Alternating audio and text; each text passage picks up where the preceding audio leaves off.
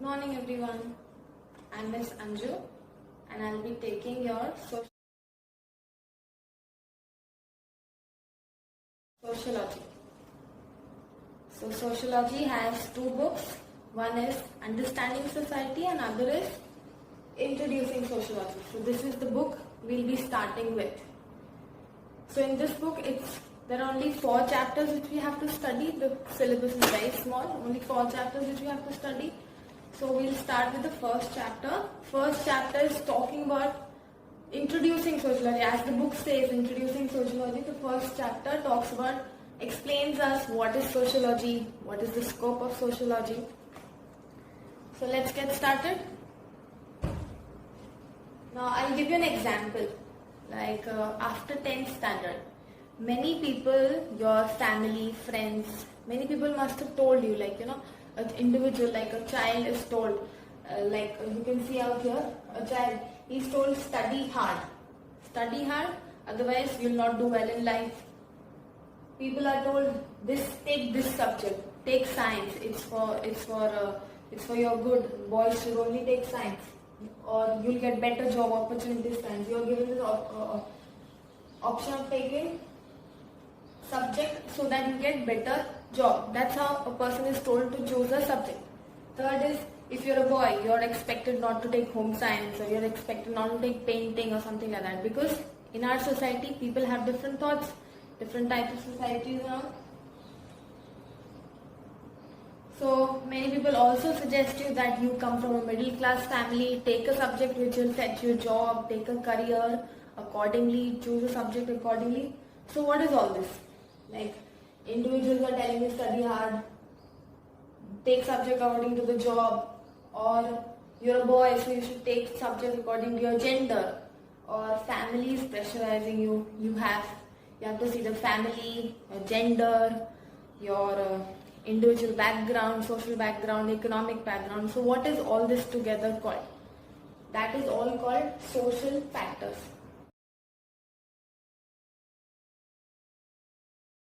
It's called social factors. So basically in sociology, I gave you this example to give you just an idea what is sociology. So sociology is about all these social factors, or like we are staying in a society. So it's the study of the society, or the factors which are affecting our behavior in society. That all comes in sociology. And this is one example. Another example is good job. Now how do we decide a good job? Like if I'm a teacher, how do we decide that it's a good job or not? In some societies it will be like, yeah, it's a respectable job, it's good for girls and all. People have that attitude and all. Like if someone becomes an actress, so for some society, for some section of society, it will be a good job. Others will say, no, it is not a good job to be an actress or to be a player or something. So for some societies, money is important for any job to be called a good job, or it should respect also. Some jobs will be considered respectful for some section of society. For this other section of society, the same respectable job will not be considered respectable. Culture means our way of living. Culture. Okay. So some culture will say this job is good, that job is not good. Social esteem. Now there is esteem associated, like being a doctor is a matter of great pride. It's a social esteem. For some people, for some it may not make a big difference. So good job. What is a good job? That differs from society to society. Okay. So all this social factors, good job, that will give you an idea how when we are staying in a society, we are affected by it greatly, and that all comes in sociology. I'll further explain you what is sociology in detail. I'll give you points about explaining what is sociology.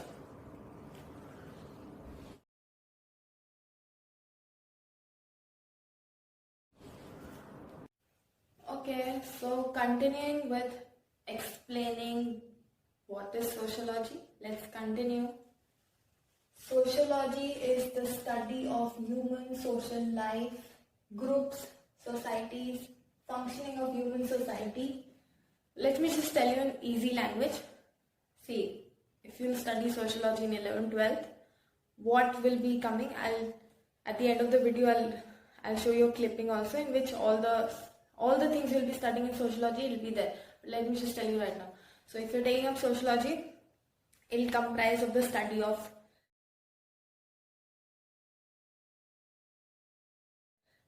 social evils like which were there in the ancient times, like sati, dowry, whatever, corruption, unemployment, poverty, all that comes in sociology, in the study of sociology. Then we'll study about gender inequality, we'll study about westernization, globalization, labor, then about the democracy. So basically whatever is happening around us, we are humans, whatever is happening around us is affecting us, is affecting our society. So accordingly, our norms and values are also getting affected. Norms means way of living or rules of living or rules of behavior in a society. So whatever is happening around us, every subject affects us, that becomes a matter of sociology. So sociology concerns itself with norms and values. There is, in our plural society, we are using the word plural. Plural means varied. There is plurality or equality in our society. Everything is not the same. I am not the same as you, or you are not the same as me. We are different. We belong to different social background, different economic background, different moral background. So we have differences in our backgrounds, everything. So there are differences in our society. Differences mean inequalities or variations in our society. That is studied in sociology.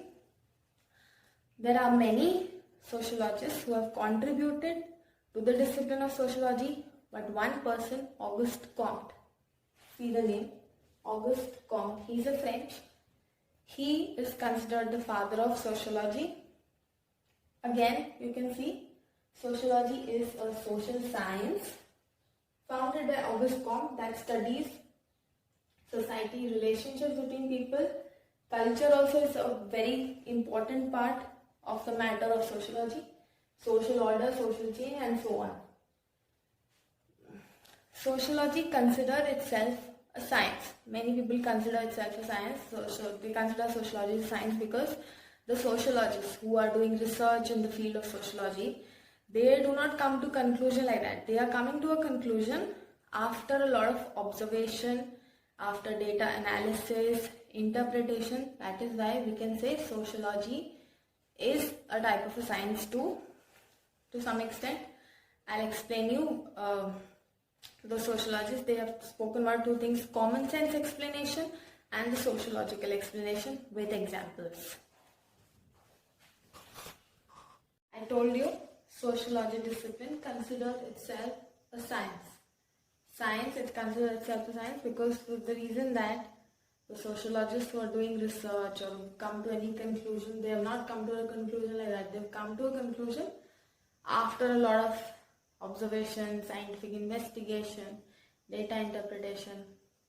Now when we are studying sociology, there are two explanations which we come across.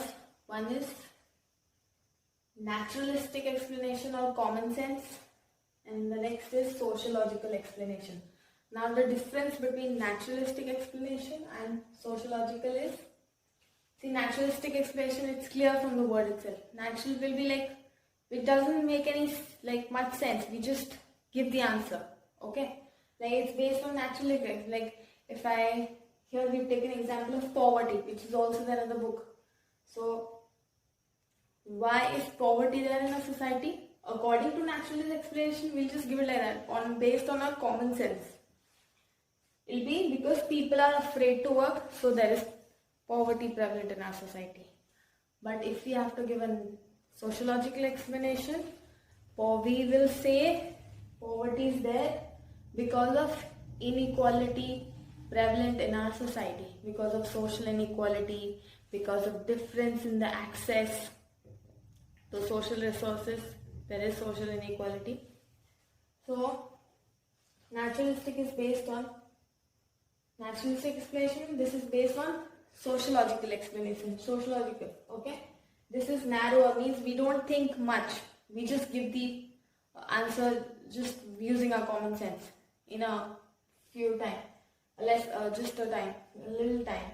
Broader means we think, we analyze, we think, we interpret, then we give the explanation. So sociological explanation is given after all that. So it is broader. This is reflective, means it questions its own origin. Doesn't come to a conclusion like that only. It questions its origin. And this is unreflective. Naturalistic is unreflective. One example we've already discussed, that is poverty. Another, like if you think for yourself, like if I ask you in the class, like what is the, give me an, I can ask you a question like this. In the exam it can come like this, like what is the, give me a sociological and a naturalistic explanation of illiteracy prevalent in our society. So the naturalistic explanation will be illiteracy is prevalent in our society because people don't want to go to school. They just don't want to go to school. That is why there is illiteracy in our society. But naturalistic explanation will be there is illiteracy in our society. It will be a broader one, an explanation which will make sense. Okay, so illiteracy is prevalent in our society. Sociological explanation will be because people don't have the financial condition is not good. They don't have access to good transportation because of gender inequality. People are not sending. That is why illiteracy is prevalent. Okay, so you understood the difference. Another example. Let me give you another example. If I ask you, give me a naturalistic and a sociological explanation of dowry. So dowry, you understand what is dowry? Dowry is when a bride goes to the in-laws place and she takes with her, a lot of things are given to her. So that's a social evil. So if I ask you, give me now sociological and a naturalistic explanation. Naturalistic will be dowry is a social evil, or it's a tradition. So it's there. Sociological explanation of dowry will be because of the low status of women, which is prevalent in our society since ancient times. Dowry is there in our society because of low status of women, or because of the gender inequality prevalent in our society. That will be the sociological. I hope it's clear. I can give you one more example. Untouchability. Okay, so untouchability is prevalent in our society. The natural explanation is it's been there since olden times, since ancient times. We have been following it since generations. But the sociological explanation will be untouchability is there in our society because of illiteracy, because of superstition, and because of our narrow-mindedness, that this untouchability is prevalent in our society. Because of corruption, we can say all that. So you understood naturalistic and sociological basic differences. Naturalistic, you just given a very illogical explanation based on your common sense, whatever you understand. You don't go into deep thinking. Whereas sociological explanation or sociological understanding of anything means you go deep into something, you observe, you analyze, and then you give an explanation. That is sociological explanation. Moving on, the next topic, the next thing we will know is the intellectual ideas. Intellectual ideas which are responsible for the forming of the discipline of sociology. The intellectual ideas that went into the making of sociology. So it is findings of the travelers, then Darwin's idea, Charles Darwin, Enlightenment. Let's come to finding of travelers.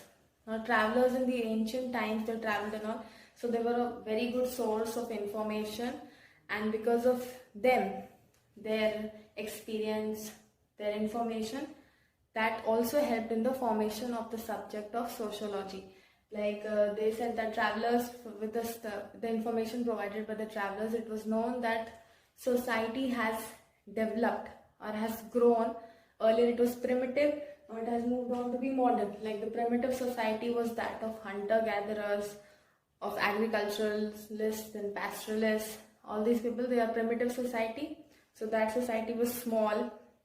Then closely connected to the environment, and the Eastern societies were considered to be primitive societies, savage, barbaric.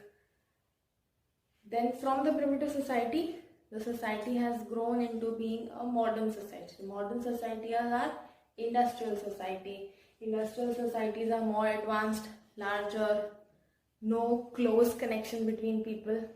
That is one finding of the travelers has helped in the formation of the subject of sociology. Next is Darwin's ideas. Charles Darwin, the full name. He said that he has given the very famous thing, you must have all heard it, the survival of the fittest. So Charles Darwin, he said that society, our society in which we are living, that can be compared to an organism. Now, organism means, in the organism, the body parts of the organism, they have different functions to perform. So according to Charles Darwin, he said society is also like an organism. It is growing, it is evolving. Like I just said, it is evolving from being primitive to modern. The same way the society is evolving, it is transforming, and so there are institutions in society, like social institutions, like we'll study about that also in our subject later in detail. Like we have family, school, caste system, all those. So in our society, different social institutions, they perform different functions, and that's how society works. The next thing is enlightenment. Enlightenment means the age of reasoning or finding logic or reason behind everything. That was between 17th and 18th century. Means everything, earlier people accepted whatever was there. They didn't reason or they didn't want to question out anything. But with this enlightenment period, intellectual revolution was there, and that's how people started thinking, reasoning, finding logical reasons, and that also helped in the forming of the subject of sociology. Now next we'll do is what materialistic issues went into the making of the subject. These are intellectual ideas. So revise again: travelers' findings, Darwin's ideas, and enlightenment. Material issues that went into the making of sociology.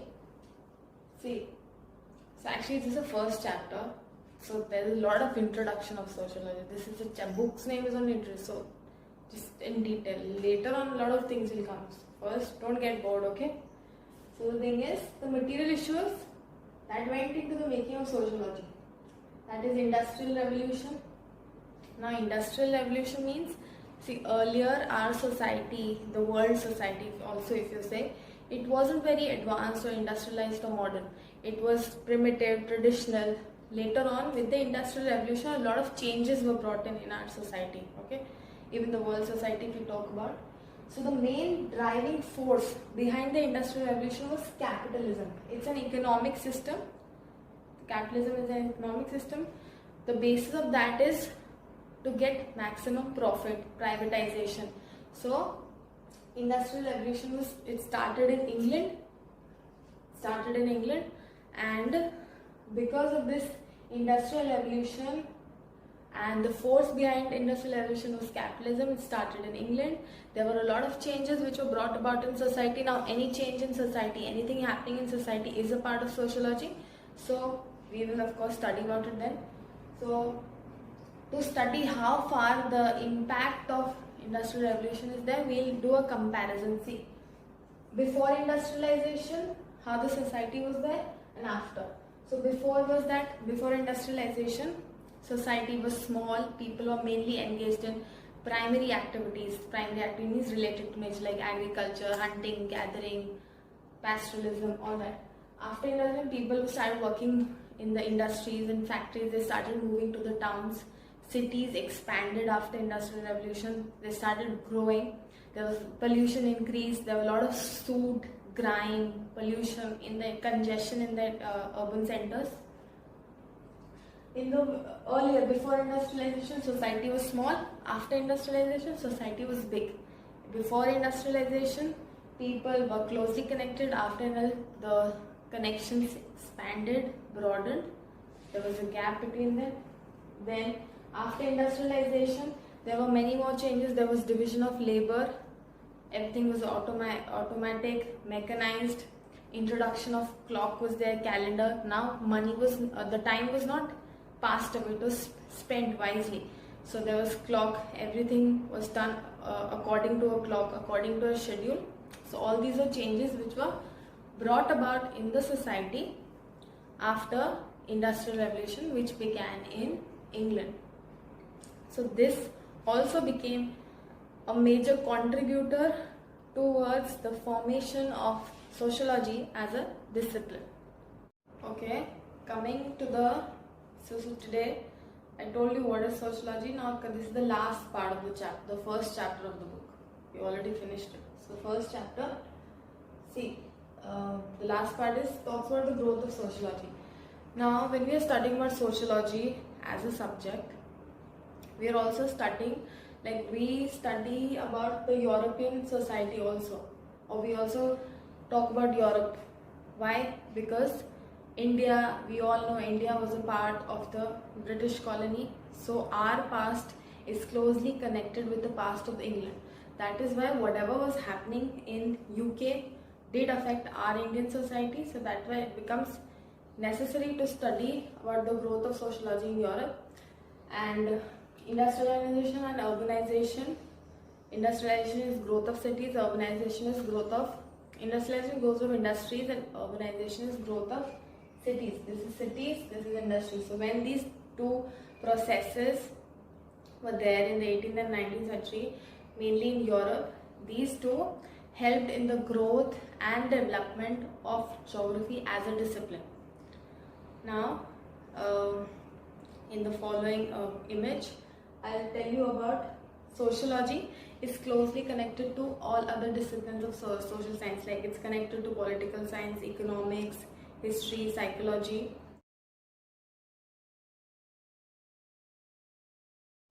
They share a common thing, and they are closely connected. So all these, when we are studying sociology, we'll have a little part of political science also. There is a chapter, Story of Indian Democracy, in the 12th standard. Then we have economics also. We have, we'll cover the topics of liberalization, globalization, MNCs, TNCs. We'll be talking about that in 12th standard sociology. Then we also, so we can say in a way that sociology is closely connected to all the other disciplines of social sciences. And the careers related to sociology that I've given in the end, you can please check it out. And in the next video, we'll start the second chapter of sociology that talks about terms and concepts of sociology. And I'll send you in the group. I'll send you I'll send you a PPT. You can go through the written matter, since you don't have books enough, and you can always contact me.